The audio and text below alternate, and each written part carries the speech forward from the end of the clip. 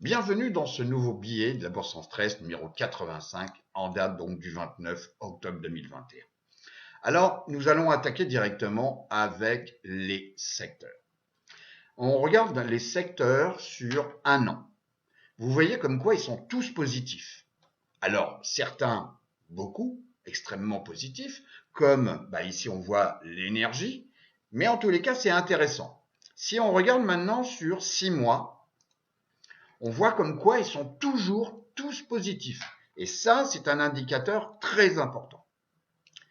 On voit que sur 6 mois, également, l'énergie est toujours la première, suivie en deuxième position par la technologie. Et ça, c'est vraiment quelque chose à suivre, la technologie. On avait vu comme quoi, effectivement, à un moment donné, c'était un peu le parent pauvre, d'où le comportement un petit peu endormi du QQQ, donc du Nasdaq 100.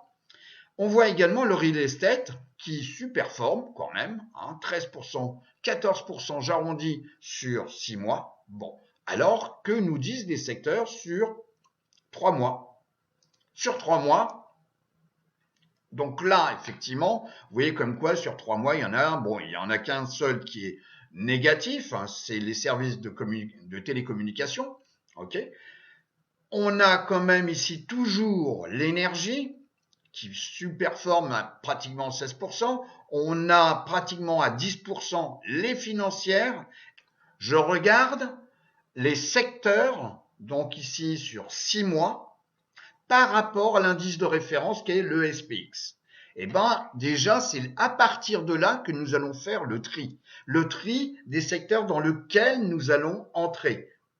Parce que les secteurs comme ceux-là qui sous-performent par rapport au SP500, limite autant acheter le SPX, c'est-à-dire on achète un tracker comme le SPY parce que on va sous-performer le secteur en question. Comme ici les services de télécommunication. On voit ici les industriels. À un moment donné, ils étaient leaders, ils sous-performaient avec les matériaux de base et là, depuis 3 mois, ça s'endort un peu. Donc voilà. Donc on va voir les marchés US. Donc le SP500, le Dow Jones, le Nasdaq 100, le Russell 2000, mais sans la caméra, on se retrouve tout de suite.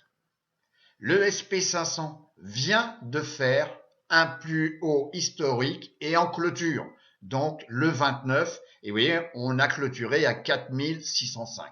Ici, la zone de support a bien tenu et on se retrouve au-dessus de la moyenne mobile 50. Si maintenant, on regarde la saisonnalité.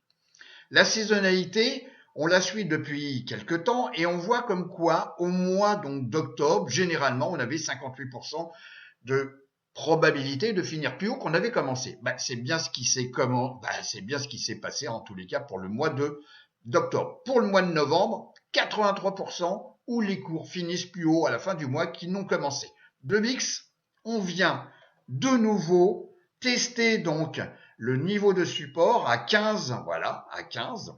Et vous voyez comme quoi on a eu une petite réaction, mais cependant, on est sous la 50. Donc là, c'est vraiment le calme plat en termes de peur.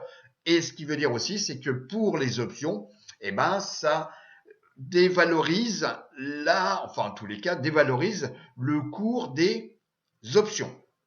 Bon, si maintenant on regarde les autres indices. Les autres indices, on voit comme quoi sur 6 mois, ils sont tous positifs. Le premier indice sur 6 mois, c'est le QQ. Bon, il s'est bien réveillé parce qu'à un moment donné, il était un petit peu endormi. Le deuxième, c'est le SP500, 10%. Bon. Et le petit dernier, pour l'instant, il n'a pas fait de plus haut historique, ce qui n'est pas le cas des 3 autres. Vous voyez, même le QQ a fait un plus haut historique. Donc le seul qui s'endort actuellement, c'est le Russell 2000. Les sous-secteurs maintenant sur 6 mois. Donc là, je vous ai fait une offre particulièrement riche puisque je vous ai mis 20 valeurs, donc 20 sous-secteurs sur donc 6 mois. Et vous voyez comme quoi, cette semaine, vous voyez, ça a tangué pour certaines. Bon, comme tout ce qui est charbon, il y en a certaines qui avaient bien monté. Bon, quand ça monte bien, il faut que ça redescende aussi. Si maintenant on regarde sur 3 mois, on retrouve tout ce qui est charbon, l'uranium, ok, l'exploration oil and gas. Bon, et on retrouve le solar. Alors le solar, franchement, je m'y penche depuis un temps certain. Durant cette semaine, on a une progression de 19%.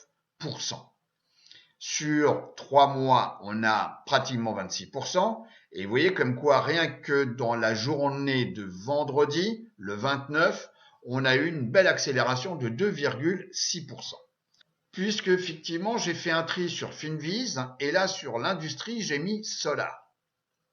Alors, Solar, je vous rappelle que, comme l'ETF TAN, donc, est adossé sous le secteur de la technologie. Je répète, TAN, donc le solar, est rattaché au secteur de la technologie. Donc là, j'ai fait un tri et on trouve ici, vous voyez, 18 sociétés. Donc, avec un prix au-dessus de $1 au niveau des shares. Bon. Et vous avez donc des sociétés plus ou moins connues. Bon, j'en parle parfois, c'est First Solar. Bon, il y a quand même pratiquement 13 milliards de capitalisation. C'est pas une très grosse, mais c'est pas une petite non plus. Et graphiquement, vous voyez comme quoi on était dans une zone de congestion depuis le mois de mars 2021. Alors, bien entendu, on a piqué du nez ici, donc vers le sud, on a réagi, et puis là, on est quand même sur une zone, on va dire, de congestion. Et il s'est passé depuis 3 jours quelque chose d'intéressant, c'est que le 27 octobre, on a cassé cette zone de résistance. Et là, vous voyez comme quoi on avait ici une autre zone de résistance, et on est en train de la tester à $99. Bon. Est-ce qu'on va continuer le chemin? Je dirais que les probabilités sont là pour que ça continue un peu. On a une belle envolée. On vient d'avoir ici la moyenne mobile 10 jours qui croise à la hausse, donc la 200. On est dans une phase ici, ce que j'appelle la phase d'accumulation, puisqu'on est au-dessus de la moyenne mobile 200 et la 200 est au-dessus de la moyenne mobile 50. On est en phase d'accumulation. Est-ce qu'il y a un goal, un target? Effectivement, je pense qu'on a un objectif à $120. Bon. Comme je vous l'ai dit, le solar est rattaché à XLK. Et on voit que XLK également vient de faire un plus haut. Ce qui n'est pas le cas pour TAN. TAN, je vous rappelle que le plus haut, il est ici. Et on ne l'a pas dépassé. Mais la tendance du secteur, donc de la technologie, est dans le bon sens. Même chose, on a fait un plus haut historique le 29, puisqu'on a dépassé les niveaux d'ici. Bon. Et si maintenant je compare, si je compare le TAN, donc l'ETF Solar, par rapport à XLK, on voit comme quoi là aussi on a, et c'est normal parce que XLK avait progressé, et là on a TAN qui végète, vous voyez, qui végète. Et là, il se passe quelque chose d'intéressant. On vient titiller la moyenne mobile 200 jours de la comparaison. Et on a certainement des probabilités pour qu'on casse et qu'on revienne, donc ça veut dire que TAN va superformer, si vous voulez, dans ce laps de temps, l'indice de référence qui est le secteur technologique. Voilà. Alors, on peut également, si on revient ici, se dire comme quoi on a un target à 120. On a eu des périodes où ici, vous voyez, on avait, je vais pas dire comme quoi c'est une tasse avec une anse, mais ça y ressemble un petit peu. Et surtout ici, on a une volatilité qui a eu tendance à se contracter et on a cassé ici la anse. Et si on regarde dans le temps passé, alors bien entendu, le temps passé reste le temps passé, mais parfois on retrouve des formes similaires. Vous voyez ici, on a cassé, et après, qu'est-ce qui s'est passé? Je peux vous expliquer que TAN a continué à faire une belle progression. Donc pour l'instant, objectif $120. Alors, on pourrait se poser la question parce que la volatilité est faible. Donc le VIX permet d'acheter des calls ou des puts à moindre frais. Bon.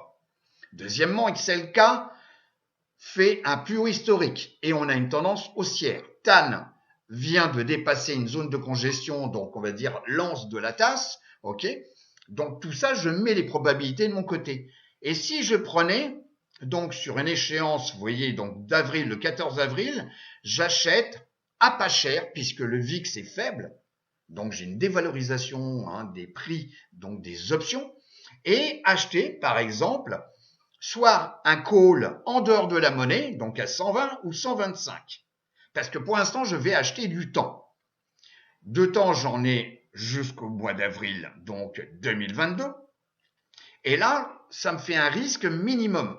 Je vais prendre, en tous les cas, une option sur laquelle où l'open interest est relativement important. Excusez-moi.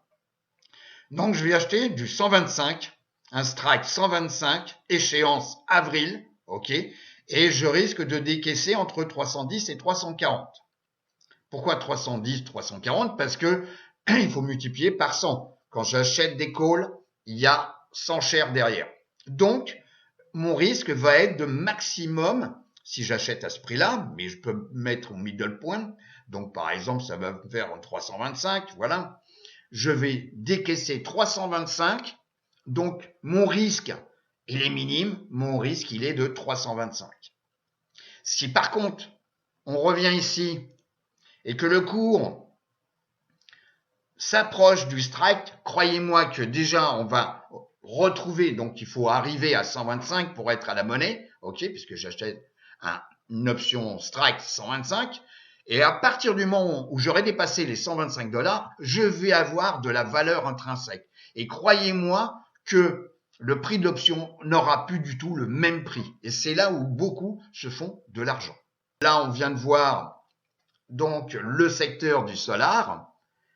Eh ben, en tous les cas, profitez. Bien entendu, nous ne sommes pas des conseillers en investissement. Ceci était à titre d'éducation et de formation. Je vous souhaite une excellente semaine de trading et je vous dis à très très bientôt. Au revoir.